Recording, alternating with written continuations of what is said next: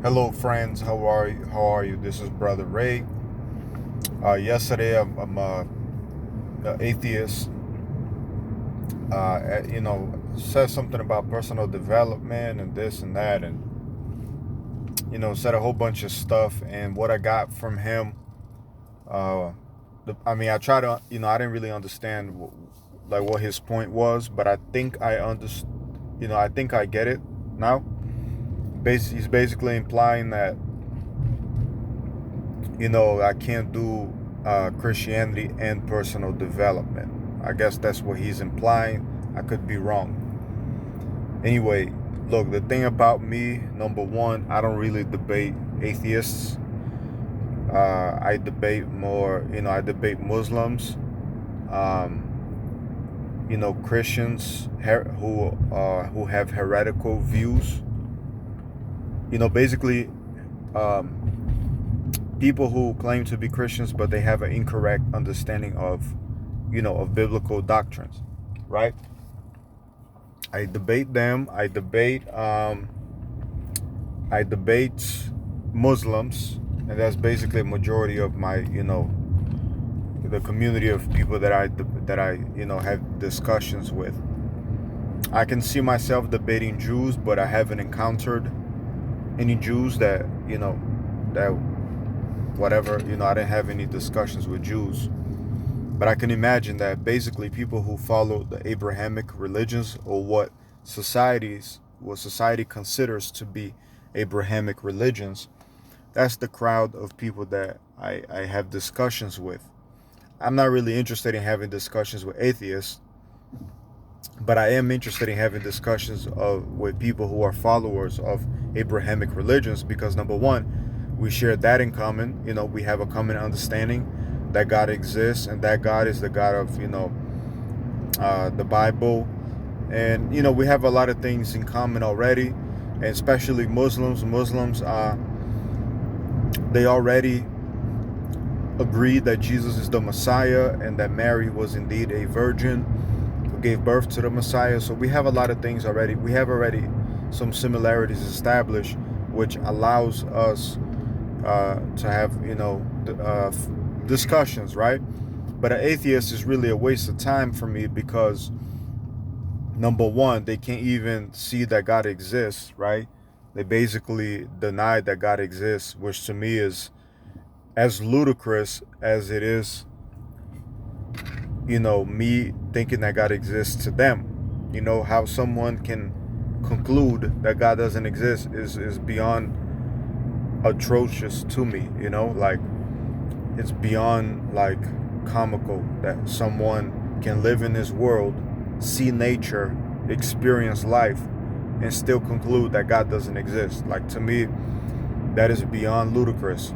They are as ridiculous to me as I am to them. So we have that in common. Just like I'm ridiculous to an atheist because I believe that God exists, they are in the same exact level ridiculous to me for thinking that God doesn't exist, just because they can't see him with their naked eyes, like as if God has to follow their rules and not the reverse. So there's already a lot of problems with atheists.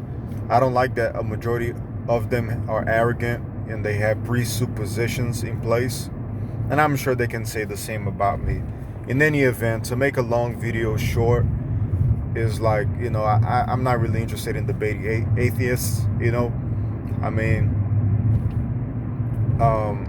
but I do have to say that I have analyzed the various religions, and Christianity has the best case for being the truth. And in their defense, in the defense of atheism, they have the second best argument. And I put Christianity and Judaism as number one because half of Christianity is basically Judaism, right? More than half of it, essentially. So Christianity has the best argument for being the true religion, Judaism second, and atheism third. So there you go. Let me correct myself. Christianity has the best argument for being the truth, and that's why, and I accept Christianity. It has the best case for being the truth. Judaism second, and I put them second because obviously they went astray. And atheism has the third best argument. They have really good arguments that that God doesn't exist, but unfortunately for them, Judaism and Christianity, in my opinion, have the best arguments about being the truth, and they have the best. They can back it up the best, right? So that's really where I stand. Now, putting that aside, I told you why I don't really argue with atheists. In my opinion, that atheism has the third best argument that I found, as far as their case of them their beliefs being the truth, right? Their belief of unbelief is the third best argument, coming after Judaism and Christianity. So, Christianity and Judaism, Christianity being first, right? So I established that. Now, the thing is, this atheist assumes that Christianity and personal development don't go together, or I have to choose one or the other, or one gets in the way of the other. Unfortunately for him, that's the furthest from the truth. Actually, not only do they go together, one actually causes the other. By actually understanding Christianity, which he obviously doesn't as an atheist, right? By understanding Christianity and by living in accordance to God's laws, which is what Christianity teaches correctly, and by living in accordance to God's laws, and God's laws are natural laws. Therefore, when you live in accordance to natural laws, you actually achieve personal development. Let me explain.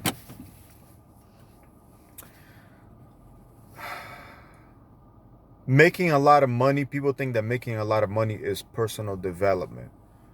But it's not really so much making a lot of money, but what is it that you're trying to accomplish with having a lot of money? A lot of people have a lot of money and still have a miserable life. That's not really personal development. Now, if you're making a lot of money, and because you're making a lot of money, you have more time, you have better families, you have better health, better time management. If you have all these things because you make a lot of money, then yeah, that's, you can say that's personal development. What is not personal development is poverty, right? A lot of people have the impression that Christianity is against wealth, against money, and is in favor of poverty. Poverty that is incorrect. That's a misconception. Christianity does not endorse poverty, but Christianity is not here to make you millionaires, right? Jesus didn't come to earth so you could be a millionaire. Jesus came to earth so you could have salvation. Now, what Christianity is against is the idolatry of wealth. But you can be rich or you can be poor and worship Jesus. Worship God through Jesus. Let me say worship God through Jesus, because when I say worship Jesus, people don't understand what that means. Worship God through Jesus Christ. Your economic status is not really the most relevant thing, right?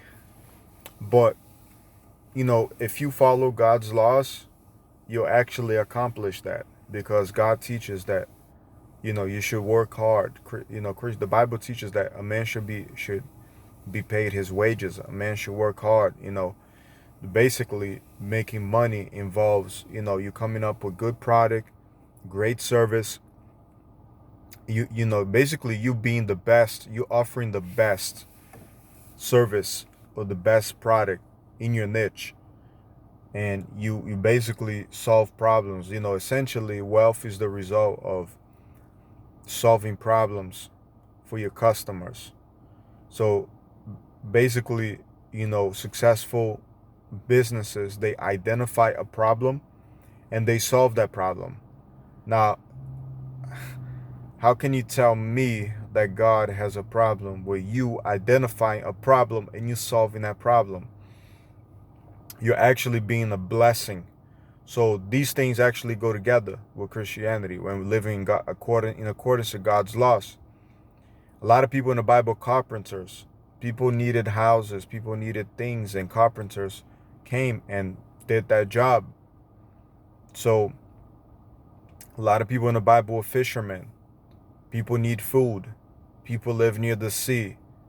Agriculture was not really, um, in the Middle East is not the best place for agriculture.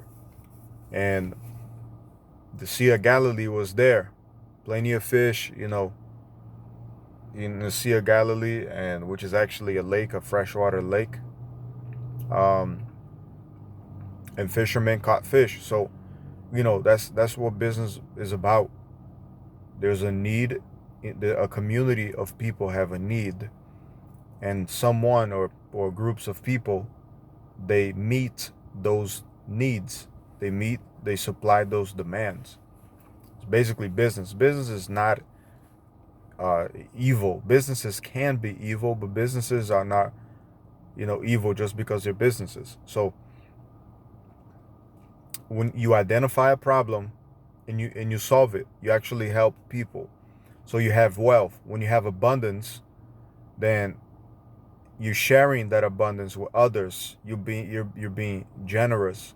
That's also personal development, and that's really extremely Christian. That's like one of the foundations of Christianity is sharing. When God gives you abundance, you share with others. That's something that's very relevant in personal development as well as relevant in Christianity. So they both go together. When God blesses you, you share the blessing with others. And this is a demonstration of Christian living as well as personal development. Personal development teaches you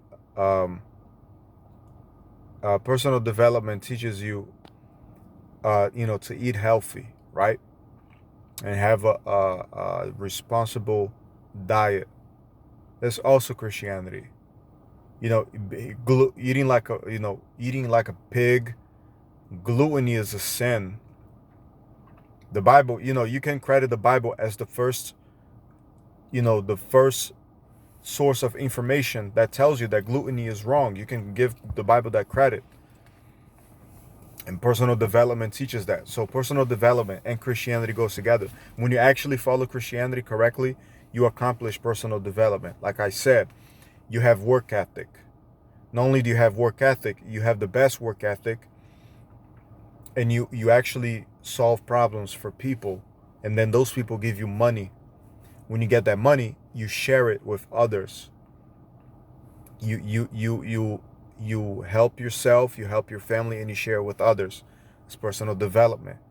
Personal development tells you to, have a responsible diet. Christianity also teaches that actually gluttony is a sin.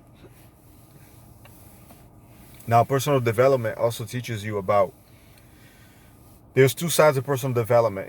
They have personal development teaching you how to have stable relationships, and then there's the personal development that teaches you how to be promiscuous, basically game, and have sex with girls and stuff like that. That part is not Christianity, and that part actually is not going to benefit you in the long run. It increases your chances of getting STDs, getting girls pregnant, and having unstable relationships, right? Polygamy is not healthy, man. It's attractive to it's attractive to me also, as a man. Polygamy it sounds very seductive, like the idea of you as a man having multiple women. That sounds very attractive, but it destroys you, and King Solomon is the proof of that. It destroys you. God made families God invented family structures. The man and the woman, they together become one flesh.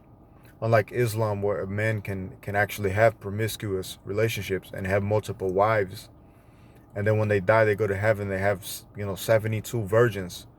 You know, that's ridiculous. That's not biblical. That's not God's laws. God's laws is very simple, and you can observe it in nature. You know, man, woman, and child. You know, basic biblical principle.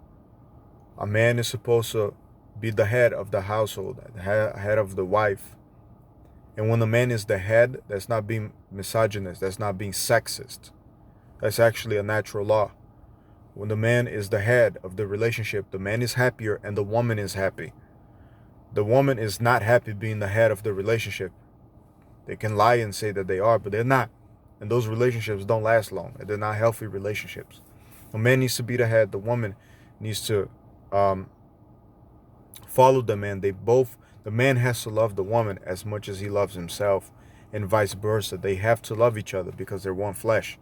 I mean, if that's not personal development, I don't know what is. And together they raise children, and you have strong families. Strong families create strong communities. Strong communities create strong societies. I mean, this is personal development at its most glorious state, and that is essentially Christianity. Everything that Jesus taught is the truth. Jesus himself is the truth. Jesus is the truth of God. Jesus is the Word of God. Everything he taught is in harmony with scriptures, with the rest of scriptures. Everything that he taught is natural law. And when you obey natural law, you accomplish personal development. So to the atheists that spoke to me, they actually come together. They're not in conflict with each other. They're both in harmony. Actually, one accomplishes the other. If you want to achieve personal development without Christianity, you will have the illusion that you actually accomplish it. But not really, because there's a void there that only Christ can fulfill. And also, when you die, your salvation is at stake. So why not accomplish both? Why not have personal development and successful life here in this life, and then have a successful life in the afterlife? Accomplish both, you know? So there it is. So I basically told you that I don't argue with atheists because we're just not on the same page. I mean, talking to somebody who doesn't even think that God exists, to me, is a waste of time. And I think Christians are wasting time talking to atheists when they should be talking to Muslims and Jews. You know, I joke around and I say that atheists have no swag, but I don't mean disrespect when I say that. I'm just joking. You know, there's 150 million atheists and there's 2.5 billion Christians. Like, we outnumber them. Why are you so worried about the opinions of atheists?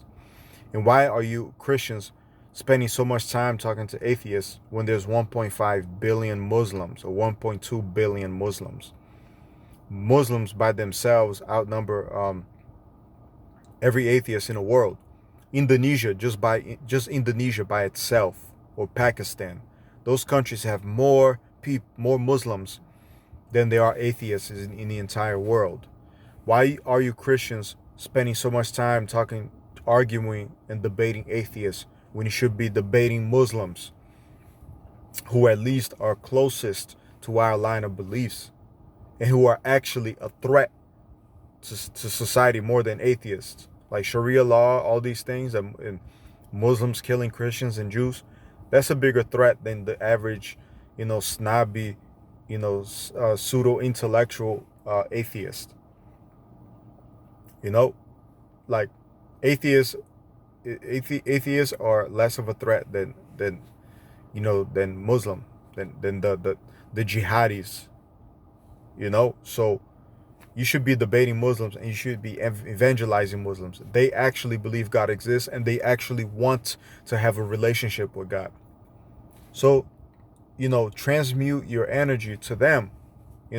Of course, somebody somewhere still got to talk to atheists, but there's an overwhelming amount of Christians focusing on atheists, and they're a minority compared to Muslims, the second largest religion in the world, 56 countries. Come on, guys, be smart. So I told you why I don't really debate atheists or talk or have discussions with them. I mean, they don't believe that God exists. I mean, what can I tell them? You know, they demand, they require to see God in the clouds, and they have to see it with their own naked eyes. And God has to do what they want. You know, that's out of my lane. That's above my pay grade. I can't help you with that. So I can't really debate you about those things. Number two, I did give them some credit. I'm like, look, you guys are not 100% logical. I'm a Christian, and in my opinion, Christianity has the best argument for being the truth. Judaism second, because hey, Christianity is an offshoot of Judaism. Christianity is a continuation of Judaism and an evolution of Judaism. So Judaism is a close second. But they did go astray. They focused too much on, the Talmud and laws and tradition, and they kind of strayed away from what they used to be, right?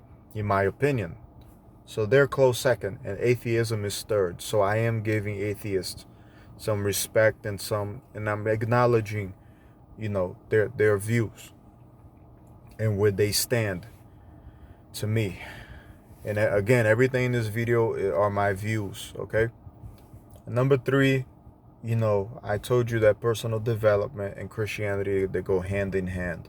So in this channel, you're going to see some personal development stuff, and you're going to see Christian content. So that's, now you know why, because I'm pretty sure, I'm very confident, I'm 100% confident, and it's a fact, they both go together.